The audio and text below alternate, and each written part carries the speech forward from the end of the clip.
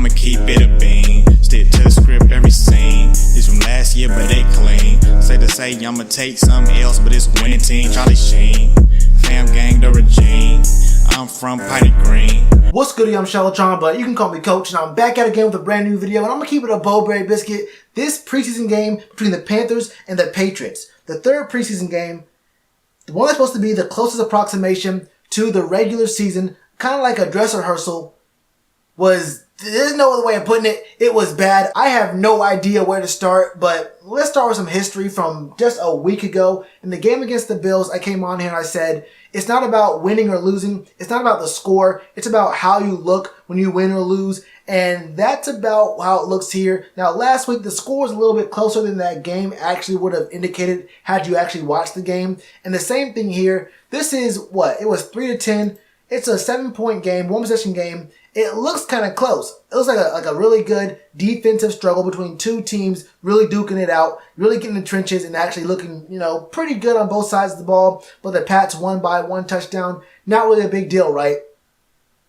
Not at all. If you watch this game, you know there are a lot of really big deals to get into. I'm going to go ahead and start this off with the biggest news that came out of this game. It happened very, very quickly. Just the snap of a finger. We all know the whole story. Cam Newton's return to the football field. Didn't get any time in minicamp. Had some days off in training camp. Didn't play the first game. Did not play a snap the second preseason game. Third preseason game, dress rehearsal. Cam comes in. We were talking about maybe 3 or 4 possessions for him. We get him in, get him out, see how he looks, see how his shoulder looks. Evaluate his game based off a few really good drives. Now, first drive, 3 and out. Not a huge deal. Second drive, we didn't see all that much. Was it the third or the fourth drive? I think it was the fourth drive he was in. He gets sacked, hurts his ankle, on the sideline. They take him to the locker room. Now look, if your quarterback gets hurt and he's on the sideline, you understand, you don't want to bring him back in because you don't want to risk anything. But when they take him back to the locker room to do more tests and he still doesn't come back to the sideline, I don't think he was back after halftime. And this happened halfway through the first quarter. I'm going to tell you right now, that is a big, big worry for me. Now, I don't think he's going to be out for the actual season. I don't know if it's going to be a really big deal here, but I'm not going to lie to you. If Cam was only facing some kind of really, really, really minor, no kind of worry at all kind of injury, he would have insisted to come back out on the sideline to watch that game, to cheer his guys on, because he didn't know what was going to happen in the game. He didn't know at that point what was going to happen in the game. And what did happen in this game? What happened in this game? Not a whole lot. Can I put it like that? Not a whole lot.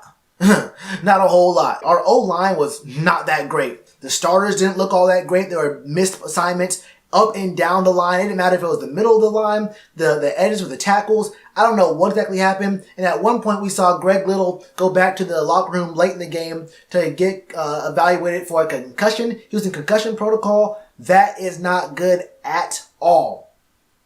But that's not even the biggest story, which it's a pretty big story, but the biggest story is that the O-line as a unit could not handle the Patriots front seven. I don't know what it was. Was it that the Patriots D-line, their front seven was so good? Or was our O-line just getting work? I could spend a whole video talking about how the O-line was really getting cruised by all the looks that we were getting from the Patriots, and we were getting some exotic blitzes. We were getting some obvious looks from blitzes, and we were getting some, kind of disguised blitzes. They were kind of hiding their heat. You didn't know where it was coming from. It was a really good approximation of what we might be seeing in the regular season. Now, we're not going to be going against defensive masterminds like Bill Belichick all the time, but if we could have picked up those blitzes and we could have shown ourselves to be, adequate against that kind of stuff, that would have been a really good precursor going on to the regular season and saying, okay, we went through this gauntlet and we came out looking all right. So we should be, testing ourselves on the hardest level.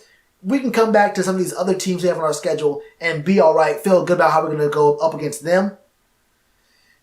It wasn't pretty. But to skate past the O-line real quick, let's talk about quarterback play. Now, Cam was in the game. He went 4 for 6, 30 yards. He didn't really do anything, I think, that was all too, bad looking or anything that was, all too impressive. He looked good back there. Footwork looked fine. I think he had some decent passes. I don't think it looked like anything like he was laboring under his throwing motion. So I was okay with what we saw from Cam. Now, Kyle Allen was the next man up. He got in there very early, like I said. I think it was 6 minutes left in the first quarter. Don't quote me on that, but it was pretty early in the first quarter, pretty early in the game. A lot earlier, I think, than we probably would have liked to see him. He ended up going for the whole first half, I believe. 3 for 6, 16 yards. Kyle Allen, the guy's been getting reps with the number 1s and the 2s all training camp. This whole offseason, being the number 2 guy getting these preseason games, ended this game, week 3 of the preseason, 3 of 6 for 16 yards. But hey, Taylor Heinicke couldn't even touch the field. And we get to Will Grier here. Will Grier, once again, he looked better. He looked better, but he still looked a little skittish. The book is in on him, I think. I think he's a really good quarterback when he gets a chance to have time in the pocket, and he can really, honestly, he's a first read quarterback. He went, 4 for 8 today, and I think just about all of those were on his first read. And one of those passes was a 20-plus yard gainer. I think it was on 3rd and short. It might have been even 4th and short. But the pass went, I think it was behind the line of scrimmage, and Reggie Bonifant made a really, really good several moves, honestly, to get the outside and pick up about 20, 22, maybe even 25 on that one play. So we understand what's going on there. It wasn't like it was a 20-yard pass through the air. It was a 1 to 2, maybe 3-yard pass through the air that Reggie Bonifant made happen. I'm not going to get too down on Will Grier because, he's not ready to be the backup. But he'll be good. I think he's going to be really good in a couple of years. He was always going to be a project. I'm not mad. I'm not going to talk down on Will Grier at all. Let's go back on defense real quick. It's a real quick. We'll go back and forth between defense and offense. Now, we know that our O-line wasn't looking all that great, but the D-line, the front 7, was not looking that much better. Now, look, Brian Burns did get 2 sacks, 5 tackles. He did have a forced fumble. I believe it was. Was it him who forced the fumble? I think it was. He punched the ball out from behind against Stidham, and that was a really good play. Heads up from him. There was one sack he had where he got up and he just looked sad. He's like, man, we're not even playing good at all. You can see in his body language he did not care at all that he just got a sack. But look, young man. You gotta get your W's when you get your W's, and I say that because sometimes in life you might be handed a W, and then it might be a long time before you see another one. And that's kind of how our defense looks today. No one on the D-line could wrap up. No one in the second level was wrapping up. We saw dudes getting broken. And I mean, guys would be right in their face and they would just try to arm tackle, or they would pretend to wrap up and really not. We were wrapping up like Paul George. Nick Brossette, no clue who this guy is.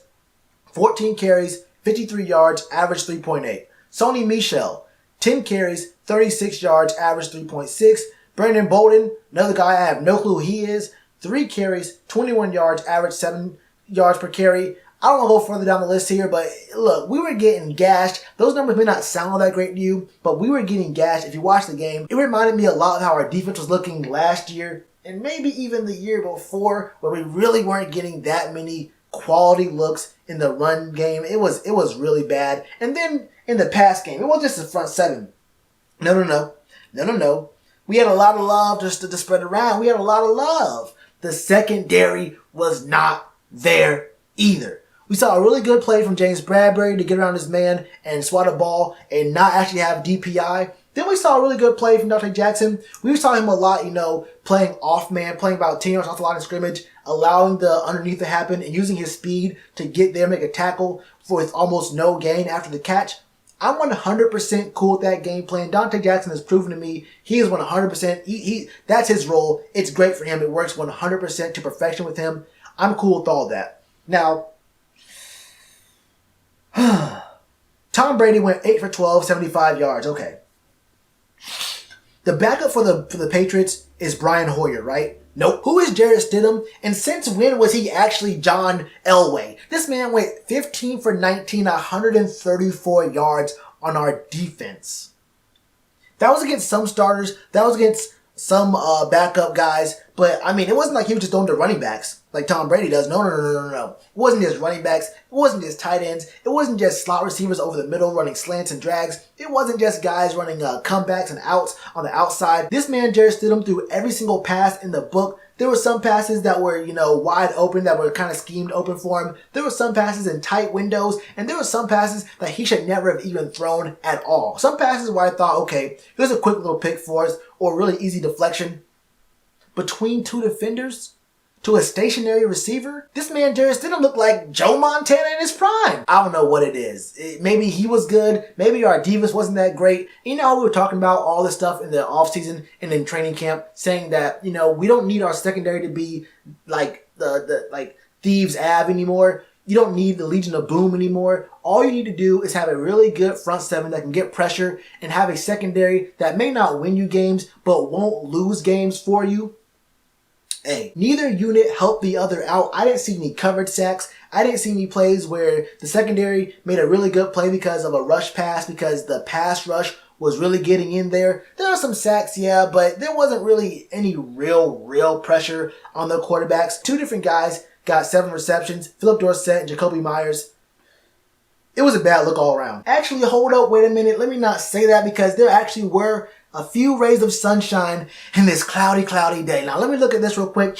Jordan Scarlett, a guy who I've been high on since the draft. I know there was a lot of talk about Elijah Holyfield. We did not see Elijah Holyfield in this game. We did not see Cameron Artis-Payne in this game. We did see some Reggie Bonifant. He did catch 2 passes and got 31 yards. But for the most part, we were really featuring Jordan Scarlett. He was the next guy up after CMC left the game. He had 10 carries, 24 yards, only 2.4 average. But you saw the Patriots were blitzing just about every play. Jordan had some really good, plays. He had some really great plays. There was one where he got like 15 to 16 yards on the ground, but we got a holding penalty and holding penalties. There was a possession there where it was penalty. How much time you got? We can talk about Joey Slye. Now, Joey Slye, I like the guy. Joey Slye, please don't leave us. I like Graham Gano, but Joey Slye represents something. Joey Slye represents consistency. How many times did the Panthers punt the ball today, man? You could make a 21 Savage song out of it. 8 punts, 1 field goal. 8 punts, 1 field goal. That tells the story of the game in a nutshell. It's not about what the score is. It's about how you play and how you look. And 3 words, we're not ready. From what I've seen, we're not ready. That's all there is to it. We're not ready. And Taylor Heinicke got shafted. I got to throw in there one last time. I know we're going to see Taylor Heinicke in the 4th game, but no one cares about the 4th game at all. I'll do my video talking about what I think the 53-man roster will be looking like coming up pretty soon, before next week, probably the next couple days. But that's all I got for you right now, man. What do you see in the game? What are your thoughts? What are you looking at? What are you looking forward to? Let me know all your thoughts in the comments below. Hit that subscribe button, hit that bell icon, and you already know to do that like button.